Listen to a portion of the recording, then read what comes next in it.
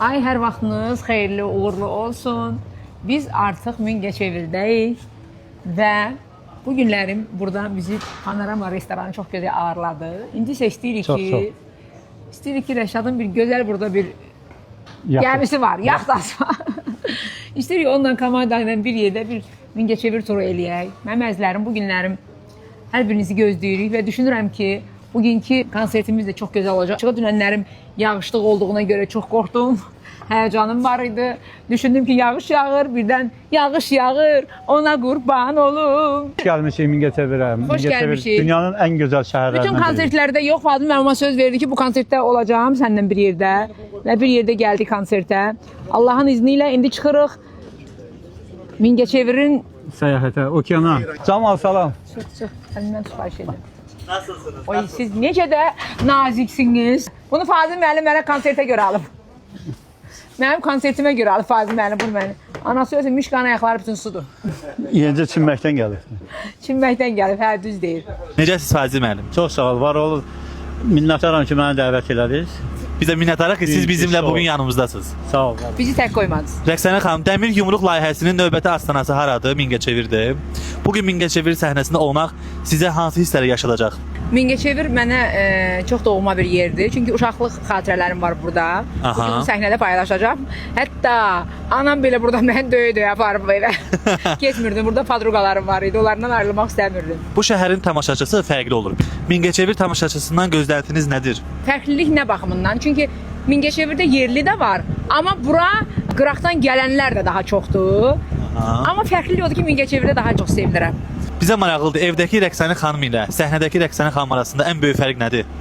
Elə maşına minəndə bildim ki, fərq oradan başladı. Məsələn? Məsələn, sizinlə yol gəlmək, sizinlə konsertə hazırlaşmaq, sizin əziyyətlərinizi gördüm. Hamısını halal eləyin. Sənin də ki, əziyyətin çox böyükdə. Nimedlinin maşınını dəyişmək lazımdır. Sizin də əziyyətiniz çoxdur, sevginiz böyükdür. Bunu biz, bütün xalq, hər kəs görür. Necə? Arasındakı fərq nədir? Çöldə müğənnimiz. Sevilən bir insan, sevilən bir xanım. Tamam. Yaxşı, Rəqsanə xanım ən çox nəyə görə sevinir və ya nəyə görə inciyir? Sizcə? İncir özünüz bilirsiniz də, bütün kart da bundadır, o da bundadır, hamısı bundadır. Kartda pul saran kimi incir. Ən çox nədən incir? Məncə heç inciməyini heç görməmişəm. Sən yeməyini, içməyini, suyunu zadını ver, yaxşı. İncimə. Sevilir, onu mən deyim, xalq tərəfdən sevilir. Yəni, xalqımız özü bunun hamısını görür. Əsasda mən onu hiss elədim bizim hadisədə. Xalqımız xanımı çox sevir.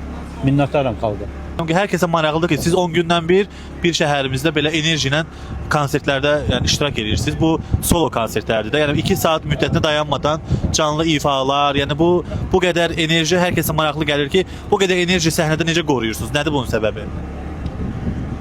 Ümumiyyətlə mən bir söz deyim də, səhnə mənim üçün yaşayışdır.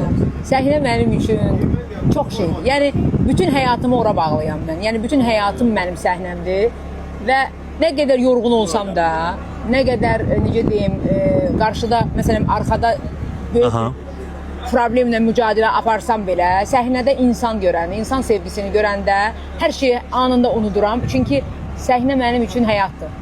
Yəni onsuz qalmaq, o balığı sudan çıxardırsan, çabalayır, can verir. Bəli. Bax mən səhnəsiz elə bir ki, ölü bir balığam. Fazil bəy, sizlə bağlı olan paylaşımlarda altda gələn, yəni gələn yorumlar, xalqın, sevənlərin, insanların hamı sizi çox bəyənir. Rəqsanə xanımla olan videolarınız, şəkilləriniz özünüz də görürsünüz. Mənə də arada öldürürsünüz ki, başımı oynaçırsan. Maraq doğurur. Səhifəniz düşən kimi məni çox sorur. Siz Rəqsanə xanımın ən böyük tənqidçisisiniz, yoxsa ən böyük dəstəkçisi?